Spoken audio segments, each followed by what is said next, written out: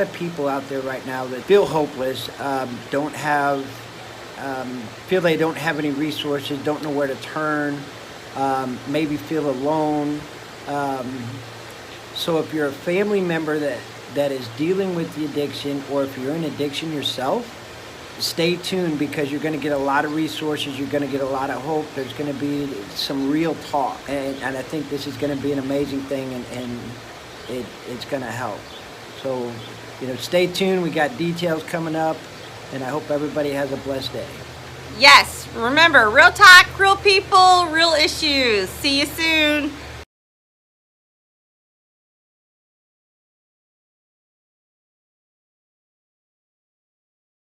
Hi, this is Lisa, your uniquely unforgettable coach. And I'm Scott. I'm the I Get It coach. How's everybody doing? Whoop, whoop. Sorry, we missed last week. There was a couple deaths due to addiction, and it just breaks my heart. But it is what it is. Life goes on. We can just pray for the loved ones and pray for the ones that are struggling. So, but there was a lot of good that came. There's nothing ever good that comes from an OD, but some knowledge and some learning and some growth came from that in order to help other people. Correct. Does that make sense? Correct. So what were you? Well, one thing I learned last week with the family that I dealt with with the death was how everyone said that the young lady was loved, and she wasn't abandoned. She wasn't neglected. They were supporting her. And what came to my knowledge, actually through my daughter, was that they may have thought that, but this young lady didn't think that. And I thought, wow, that's true.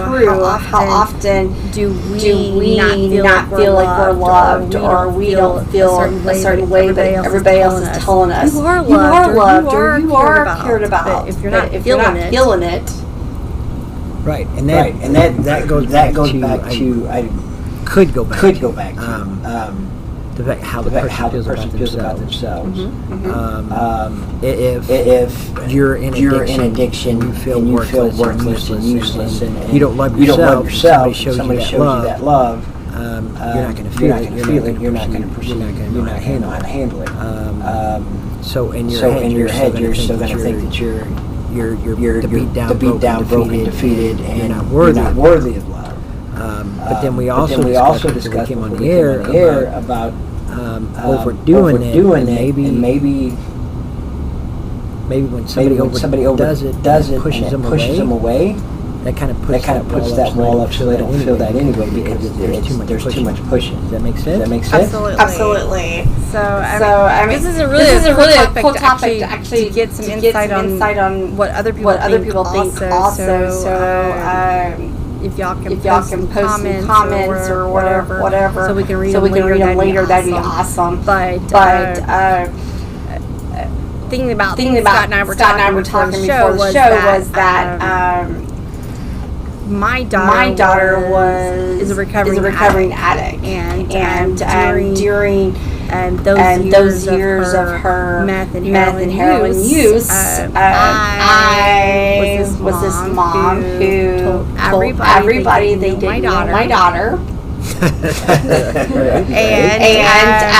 everybody who told me do the tough love, I totally would delete them off my Facebook. I would totally get rid of them, because they did not know my daughter. We are not doing tough love. I'm sure Scott can tell you many times he would say tough love, and I'm like, nope, no, you don't understand. You don't understand. And I put my daughter in detox centers, rehabilitation centers multiple times. I gave her all the resources possible to help her. And Scott knows this. And But when it came down to it, when she finally got clean, and she's doing great now. But she told me, she goes, Mom, you pushed it so much.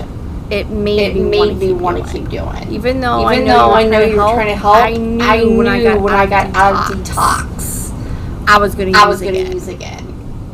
And I was going to use until I was ready not to use. And when I decided I was done, that is when I got clean. Okay, so for any parents or grandparents or anybody that is dealing with somebody in addiction, what would you have done different knowing what you know now back then? I think now I wouldn't have pushed. I would have told her about the resources, but I think I would have had to step back and just kind of let her, like you talk about hit rock bottom. I would have to let her figure it out. But still let her know that I loved her. I was here for her. I'd have those resources ready, but I wouldn't push it like I did. I mean, I literally would just take her and just drop her off. And then if she called, you would. And when she called, crying, oh Lord, and that's what they do. And crying. I mean, I don't think she finished any detox or rehabilitation all the way through without me picking her up. Or them kicking her out. Or she would do something to get kicked out too. So. Well, unfortunately, she just wasn't ready. Correct. And I'm so glad she's doing better now. Absolutely. And that's the main. She had to go through all that. That was the process, and she had to get to that point to where she was sick and tired of being sick and tired. Correct. But as a parent, I can't say I understand because as far as I know myself, it's not in addiction. I haven't seen it. But I can remember the conversations that we had, and if you would have had it bad, you probably would have had a few times.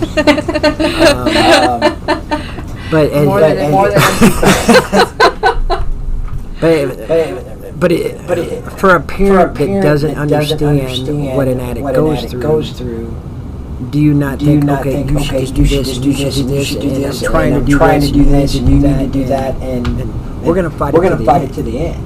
And it does no good for you to call a treatment center for your kid. If they want it, they'll call.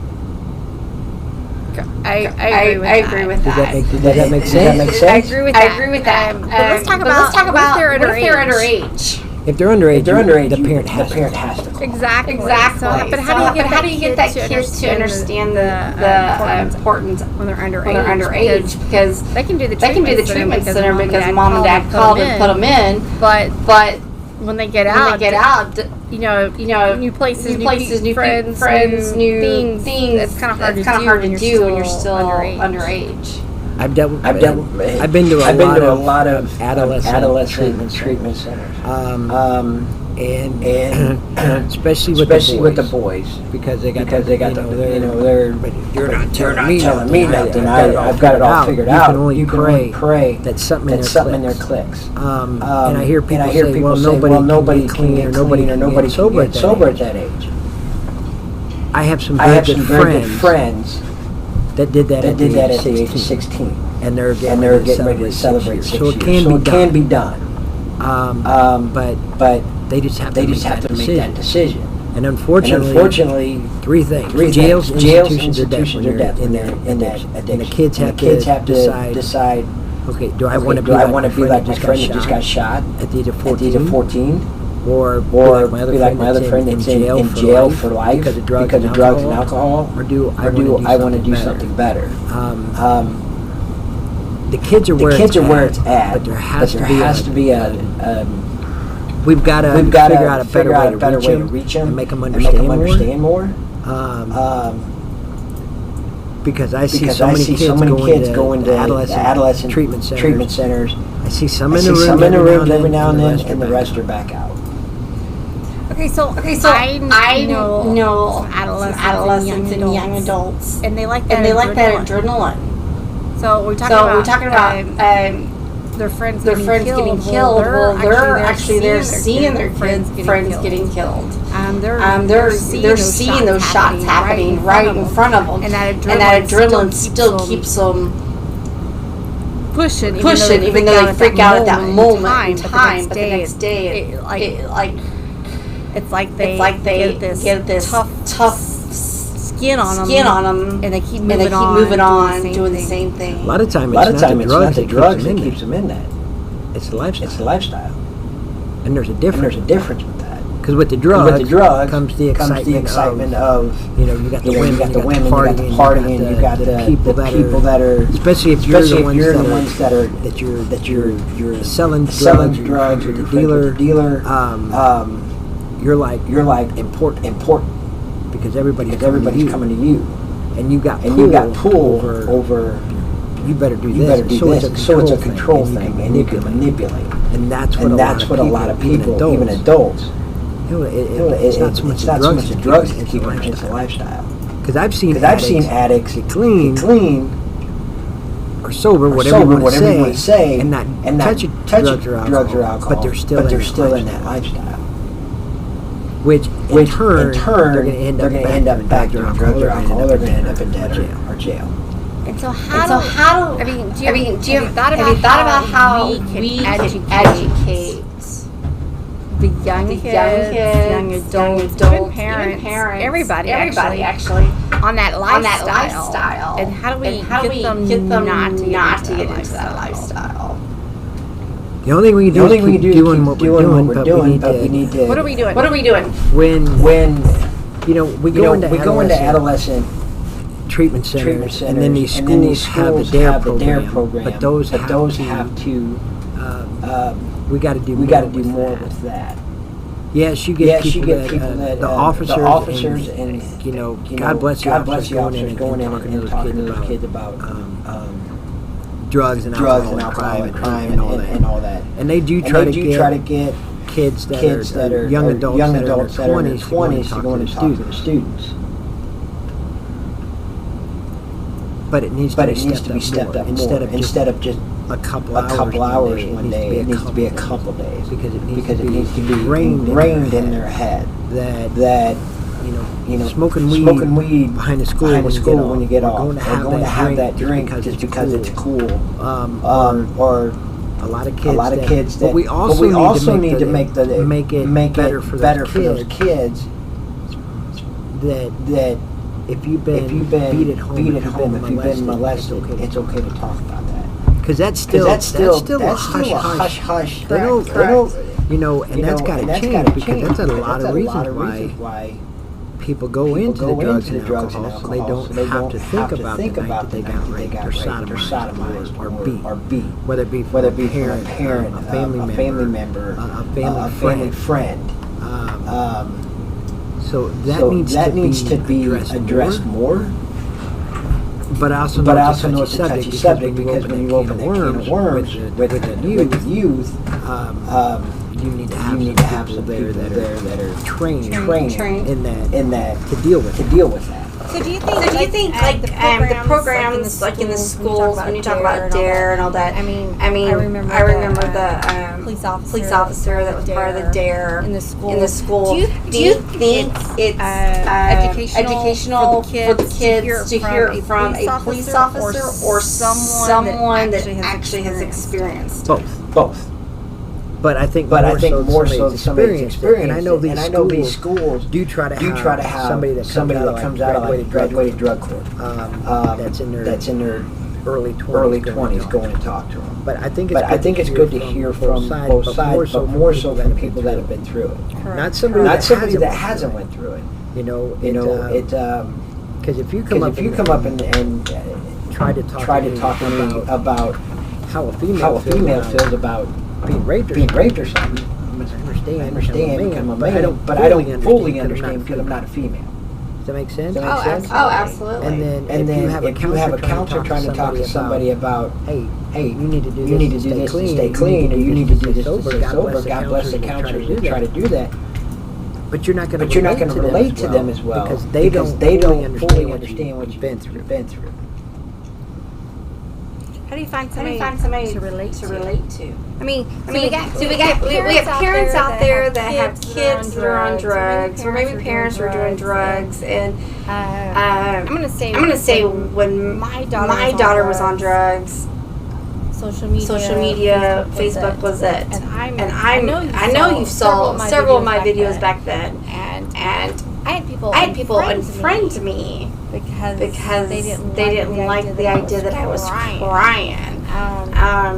But I didn't really get much help from anybody besides I'm praying for you, I'm praying for her, or whatever. Where does people find people that they can relate to? If it's drugs a problem, Nornon is phenomenal. And how does somebody find it on Nornon? Nornon.org. I know before COVID they had one in St. Peter's. Missouri Opry performed down in off of South Broadway in the city. Has a phenomenal one from 3 to 5 on Sunday. And Nornon family members that have somebody that is dealing that's in drug addiction, or it could be that somebody has lost their life from drug addiction. And then you got Al-Anon. Al-Anon's for alcoholics. And you can get online, alanon.org, and you can punch up what city you're in, what state, whatever, and it will direct you to all the meetings. And there, you get good support. Because you're going to find somebody that's been exactly where you're at, that understands, that gets it. The problem is, there's not enough of them. And I don't know if it's because there's parents that want to keep it quiet. There's parents that don't, maybe, or family members don't want to show up because they don't, I don't want anybody to know my business, and I don't want anybody to know my kids. That it's time for that is gone. By you not reaching out and you keeping quiet, you're not helping yourself by any means. And you've got to help yourself to be able to get stronger, to understand why we do the dumb stuff we do. And maybe you can find that fine line to where you're not so much. Because I've seen you can either. You've seen me enable my daughter. but you're not the only one. Right. You're not the only parent out there. And like I said, I can't sit here and say that I wouldn't do that if my kid wasn't in it. I don't know what I would do. I can sit here until I'm blue in the face and say, okay, this is what I would do. But I don't have a kid there. I can tell you how it affects coming from an addict and seeing what a parent is doing. Okay, you keep doing that, and this is what we're going to keep doing. You give an inch, we're going to take a mile. So tell me again, how long have you been clean? My clean date is December 19th of 2016. Now, you've been clean, you haven't touched the drugs. Have you replaced it with something? And when I say replace it, not necessarily, I'm not talking about replace it with a drug, but... One addiction for another? Correct. Oh, absolutely. Well, what did that be? First, it was working out. Okay. And I still work out a lot. And I'm getting, I've been fighting with cigarettes the whole time, nicotine, and those Monster energy drinks. Bad for you. I go through waves with those. There's a lot of addicts I know that traded. They went to food, or they went to music, or some went to writing. It seems like you always replace something with something else. Right. I agree with you on that. Yeah, because mine could be food. Mine could be a lot of different things, just depending on the day, I guess. Right. And well, in the mood you're in. Right. I'm a workaholic. I mean, I work a lot, and you know that. So for my addiction, if y'all are just getting just watching our video now, Scott's addiction was drugs, and my addiction was love and sex. And so for me to replace that, I keep myself busy by working a lot, so I don't get myself in any of those kind of situations. Do you think that's healthy? Scott, Dr. Scott's going to tell me no. I know. I'm not saying one way, but I'm just saying, do you think that is healthy, or do you think that you still have reservations? So in order not to deal with those reservations, you stay busy? I don't know about the reservation part of it. I just know that maybe it is reservation, but the thing is I know if I'm not busy, I'm out. And if I'm out, guess what? I'll meet somebody. And if I meet somebody, I'm already kind of scamming in my head how I'm gonna get their attention. Right. So I work. So I don't even go anywhere anymore. I mean that much. I try now that I got grandkids. I keep myself busy with grandkids and work. But yeah, I mean I guess it could be. It could be. It's just like, but I also just know me. So I do what I think is best for me to avoid it. New places, new things, new places, new things, and new people. Well, for me, it's to stay busy, so I'm not going to. And you keep your circle small. My circle is like so small, y'all. I complain that I don't have friends, and I probably don't. I yes, probably you do out there, but my circle's so small. I keep in touch with my family, and my family are my kids. So yeah. But see, you staying busy and just so you don't have to go around meeting the new people and having those thoughts go in your head. Okay, how can I get this? For an addict in recovery, we're not going to go around, like for me, it was meth, ice, pain pills, whatever. I'm not going to go somewhere where that is, because my thought pattern will start going. Right. And, okay, let's, just one time, you'll be okay one time, and then you're off to the races. So, I mean, I get what you're doing. So you're playing it safe. And but we all do.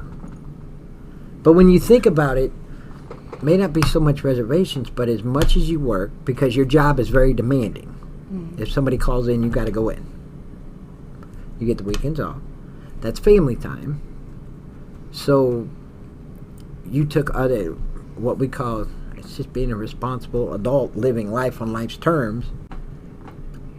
So, I mean, that's what anybody does in recovery. Yeah.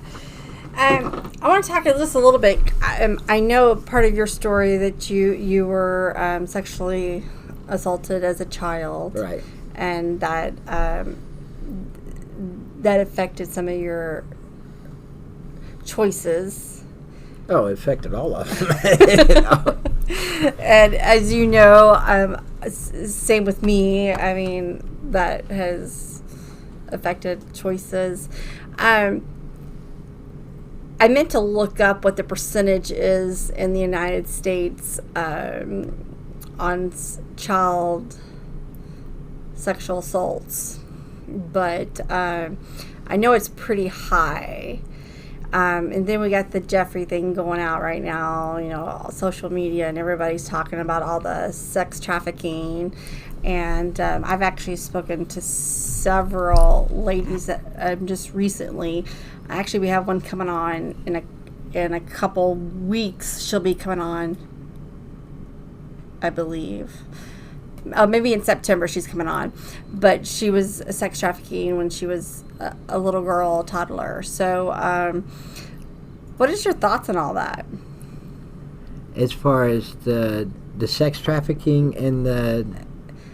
Because a lot of these girls, a lot of them came from a low-income family. A lot of them have been doing drugs. The people that I've talked to that are here in the United States that were in the sex trafficking, drugs was a big thing.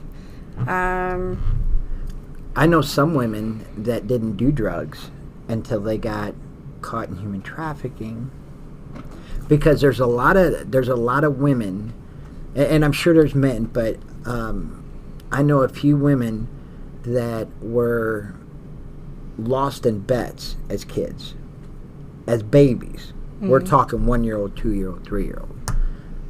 Parents had a gambling bet, whether it be a mom, the dad, whatever. Okay, well, I don't have enough to pay you. Here's my baby. And then they get like trained and they get forced into, that's how they start their addiction. And once their drugs start, then the sex trafficking. I think it's awful. I think something needs to change. A couple weeks ago when I spoke in Fulton, that was one of the big things they talked about was sex trafficking and human trafficking. And in my addiction, I was the one that would go over to East St. Louis and be the one to get a hooker, because I always had the best dope and party.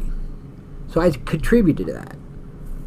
And a lot of them would say these key words when I think back that they wanted out, but I didn't know how to save myself. So, and frankly, I didn't care. I was there for me. Right. And I learned something a couple weeks ago, that if you run into somebody that you think is being in sex trafficking, never ask them how you can help them. Never mention the word help. And when I heard that from my friend April, and we'll have to bring her on, when I heard that, when she got done talking, I said, explain. That's how a lot of these women and men get brought into I can help you get new clothes. I can help you get a car. I can help you get the money. So when they're in that situation now and they hear that word help, they automatically go back to what they know. What they know. So you ask them, are you okay? And when you're sincere about it, they're going to say yes or no. And if it's no, okay, what can we do to get you okay? What can we do to get you out of here? That's a good thing to know. I had not a clue until I went up and I heard April say that. And if April are listening, thank you. And I would like to bring her on sometime. She said that and I just went, oh. And when she explained it, we don't think about that. It's when you're trying to help somebody in addiction or anything, you really don't realize how one word can affect so many emotions. So when you say that, that's interesting. So I don't believe I was in sex trafficking, but as a sex addict, I did the online prostitution, which met all my guys online. I didn't stand on the street corner finding them. Help. Oh, hey, I need help paying for this. In my head was, I need to go sleep with so-and-so and get some money so this can get paid for. So it's kind of different how you're talking about for the sex trafficking. Those ladies there, you don't ask them if they need help. But for me, help meant, yes, I needed to go do it so I could help. Does that make sense? I mean, not that they asked me, do you need help? Because I never thought I needed help. I did. Right. You thought you had everything under control. I thought everything was the way it was supposed to be. But when I heard the word help from people, I would go sleep to give them the help. I mean, if I had all the money, all the money that I got from what I did, I didn't keep none of it. Most of it went to help other people. I gave it away. I mean, bought people cars, bought people air conditioners that went out, I bought stuff for other people with mine. So it's kind of interesting with that word help.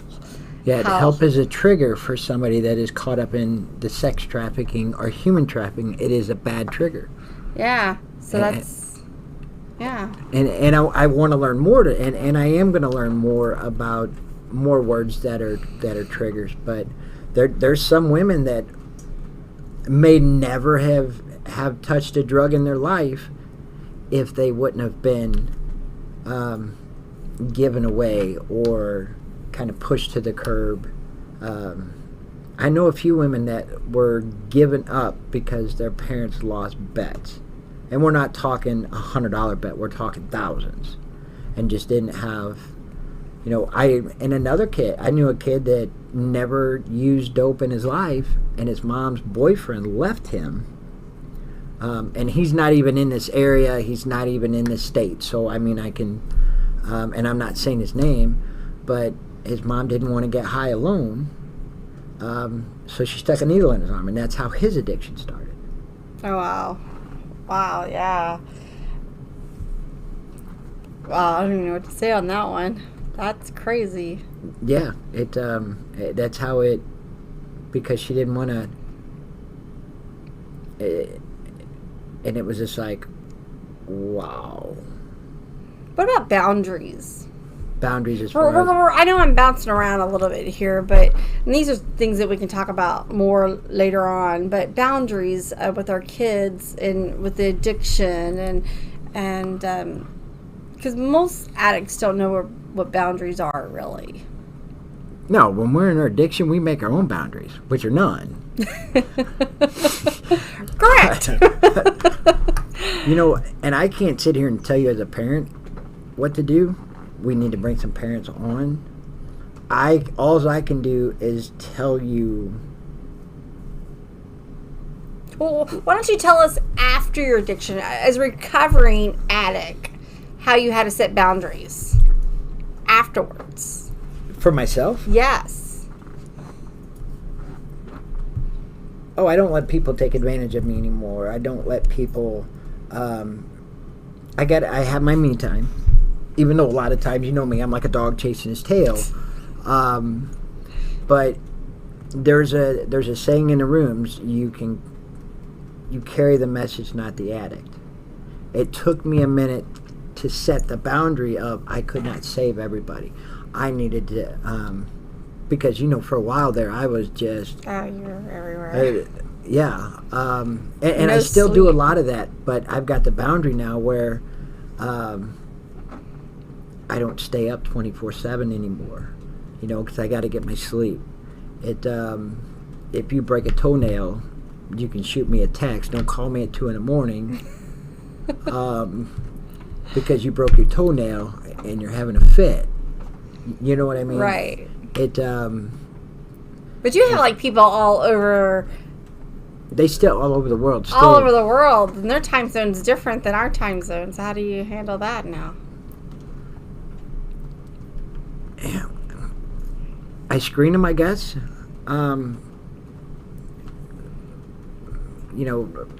lot of the people that call me, it's 13 hours time difference. And when they call, I'll answer, and if everything's good and they're just needing to vent, okay, vent a little bit, but I'm going back to bed.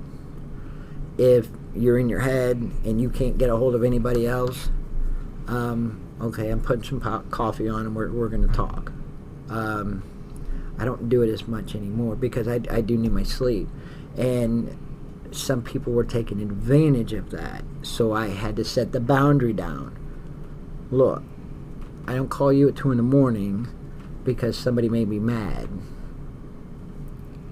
If you're really struggling and you can't get a hold of your sponsor, or you can't get a hold of your pastor, or you can't get a hold of somebody close to you in your support, call me and we'll talk. But Don't call me at 2 a.m. Just, hey, what are you doing, Scott? You know what I mean? Right. So I put those boundaries. I slapped them down. So you got them down now, but what about when you first came out? I mean, when you're beginning of your recovery. Oh, you want to save the world. Every addict wants to save the world. Every addict thinks that, well, we're getting clean, we're getting sober, and we're feeling good. Everybody should do it. I'm going to go back to all my using friends and say, hey, look, this is what and I know people that did that, and unfortunately they went back and fell back in. Right. Now they're doing good, but they slipped up. Everybody has the same, well, we're just going to save everybody because that's what our mindset is. Well, we got clean after all the crap we went through. Everybody should be able to do it. Not everybody's ready. Not everybody will get clean, and that's the sad reality. Yeah. There's the hardest thing that we have to understand, and I don't agree with it, but I wish it could change, but there unfortunately has to be people die for us to keep the message going. And I wish it wasn't that way. But then there's people that you would think that they're hit their bottom, and they haven't, and they just got to keep going on until the pain gets greater than the pleasure. And that's the only thing. When the pain gets greater than the pleasure, then you're going to stop. Pain gets greater than the pleasure. But what if people get off on the pain? You got those kind of people. I'm not talking about, it's like hitting rock bottom. When the pain is sleeping on concrete when it's 0 degrees, or sleeping in a Vaco, and having to bounce from them or sleeping in a park in the rain, the cold, and not eating and not showering and not having any family, and the misery of the fact of God is not letting you die, and you don't have the backbone to do it yourself. So you're walking around just you're like a zombie. That kind of pain. Gotcha. I don't know of anybody that likes that kind of pain. There's some people that I know that, and I don't get it, don't understand it. There's some people that just love misery. Right. But misery versus living on the streets, sleeping under a bridge, stealing to get their fix or to get some food, or end up in jail, or walking around barefoot, that's real pain. That's not misery. Misery, to me, is you're almost functioning a little bit, and you're not suffering to the extent to where you're feeling the pain. Does that make sense? Yes. And when that misery starts to slide down and gets to the pain, it's either going to kill you or you're going to get help. So we started out talking in the very beginning. I'm going to bounce back to the beginning again. Did you feel loved as a kid? You know, we were talking about how people say they were helping, they're there, they loved them, they weren't neglected, they weren't abandoned, they weren't all these negative things. But did you ever feel that you were unloved, abandoned, neglected? Oh, I had abandonment issues, but that was just moving around from so much being an Army brat. Okay, but you did have abandonment issues. Oh, yeah, absolutely.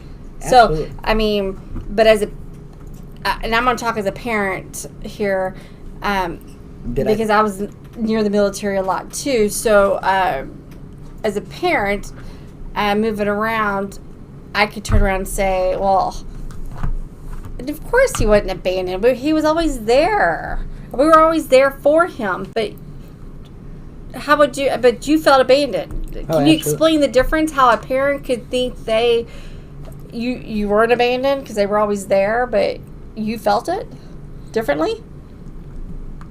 Does that make sense what I'm saying? Well, yeah, but as a kid, how do you really explain how you feel like that? True. I mean, how can you get it to where your mom and dad, who know everything, you know what I mean? Yeah, you could say, well, I'm upset that, we moved and we're not going to see them anymore. Well, it's okay. You're going to meet new friends. Right. You're going to meet new people. Right. Okay, well, we meet new people. And then we move again or they move again. Well, and then it's just a vicious cycle. And, the adults, they could write, they could do whatever. How many kids it's going to write somebody a letter, at the age of 5, 6, and 7 and mail it to a different country or whatever. Right. So, how does a kid 100% explain it to a parent to where they understand what it... Because I didn't know how to explain it. And I just knew that I was upset and didn't want to get close to anybody. But then the parents said, well, it's just you're just growing up and it's just a growing pains and things will be okay. But I think sometimes you got to go really deep with that and pay more close attention.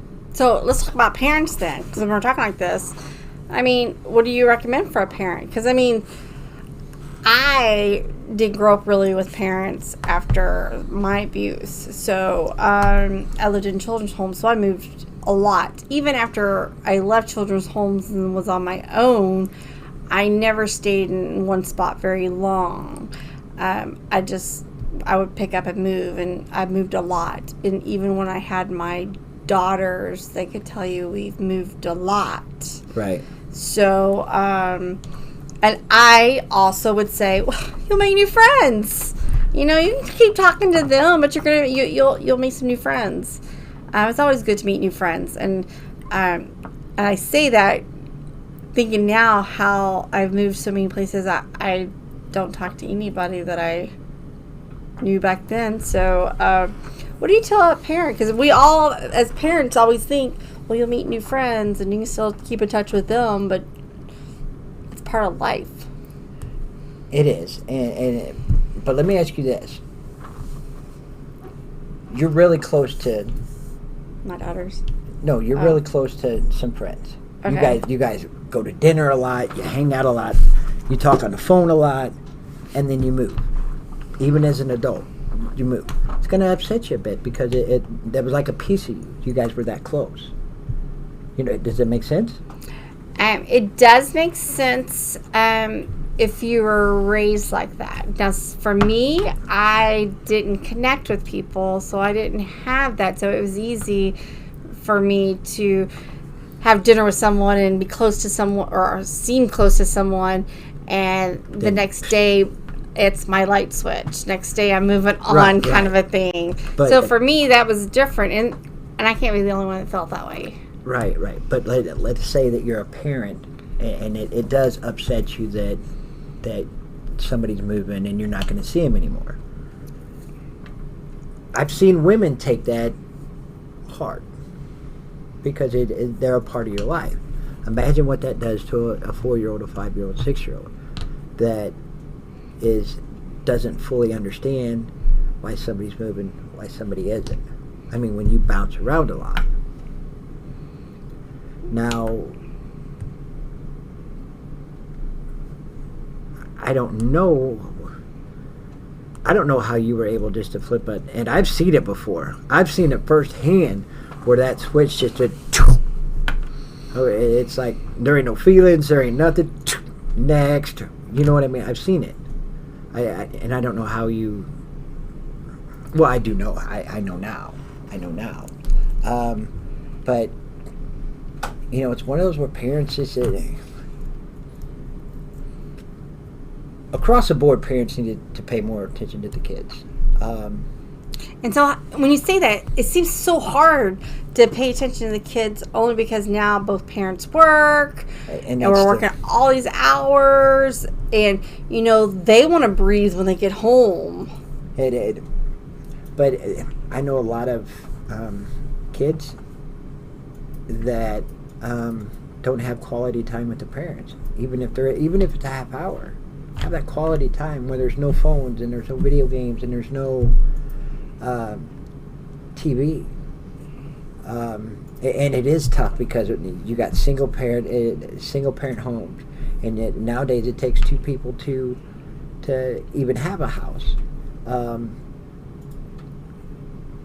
But with COVID, people aren't going to school right now. A lot of it's going to be virtual. Right. So, whether the kids want to spend 15 hours in his room playing Xbox or whatever, or watching movies, spend some quality time with them. You know what?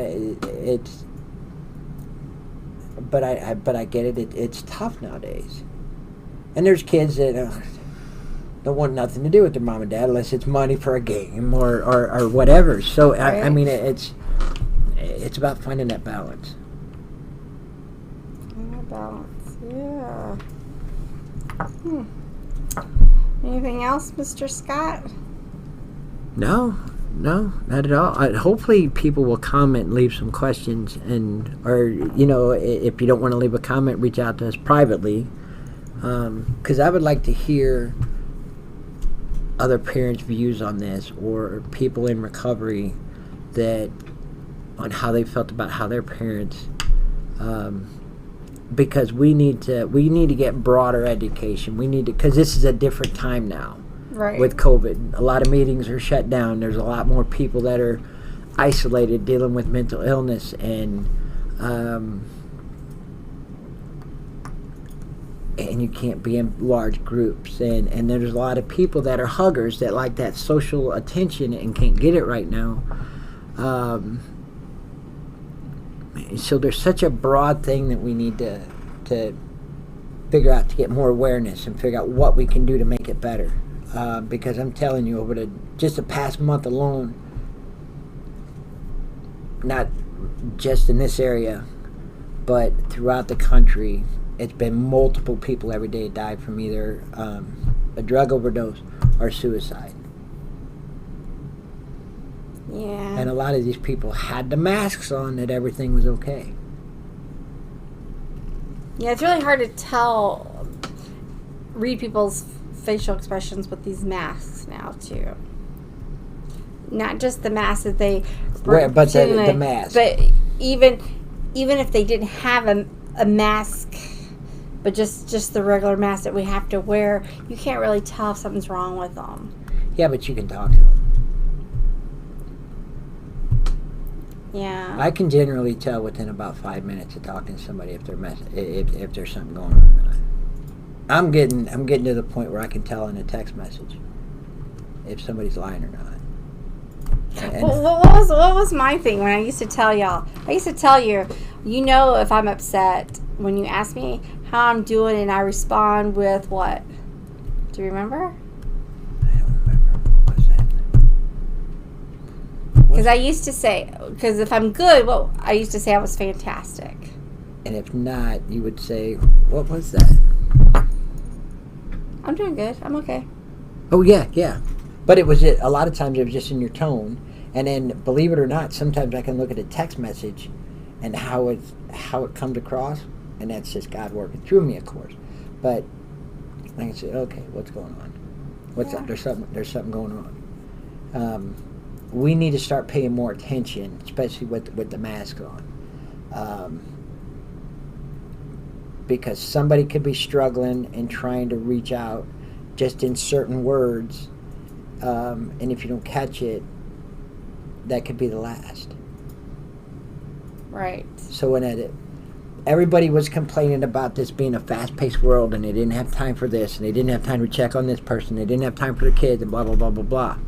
Everything is slowed down now, and then now people are complaining that it's not fast-paced, when now is the time that we really need to start paying attention, not only to ourselves, but to others.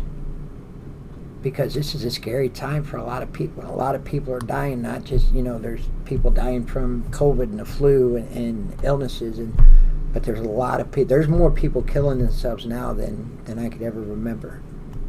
And it's because, one, they don't want to reach out, they isolate, whatever. But they may not know exactly how to reach out, and they try to. And a lot of times we get caught up in ourselves and what we're going on. We miss that. Right. We miss that sign that they're given, and then next thing you know, they hung themselves, they OD'd, they took too many pills or whatever. So. All right, this is Lisa and Scott with Voice of Hope. We will be here every Thursday at 4:30. Yes. We would love to hear comments. We'd love to have people to come on air with us and talk with us also. So reach out and we'll get you set up. Because they can call in, right? Yeah. If somebody wanted to call in, we can work that out. Yeah. Bring somebody on the air, and we need to get more awareness for the addiction and the people suffering with it doesn't matter what it is, anger, sex, gambling, drugs, alcohol. Get the resources out there and absolutely get more people good. Absolutely. So we will be here next week, 4:30. All right, you guys have an awesome week, and we will talk to you soon. Hi, I'm Lisa Mash, the uniquely unforgettable coach, and this is Scott Hartman, who's the I Get It coach. And we are recovering addicts that have dealt with the mental illness, the homelessness, the rape, and we're just out to try to give hope and resources to people that don't know where to turn. So we are going to be hosting a radio show called Voice of Hope, and it is going to be on the Ferguson USA Hot Talk Radio on Thursdays starting July 16th at 4:30 p.m. Central Standard Time. This is pretty exciting for us. It's new. We just want to give hope because there's a lot of people out there right now that feel hopeless, feel they don't have any resources, don't know where to turn, maybe feel alone. So if you're a family member that is dealing with the addiction, or if you're in addiction yourself, stay tuned because you're going to get a lot of resources. You're going to get a lot of hope. There's going to be some real talk. And I think this is going to be an amazing thing, and it's going to help. So, stay tuned. We got details coming up, and I hope everybody has a blessed day. Yes, remember, real talk, real people, real issues. See you soon.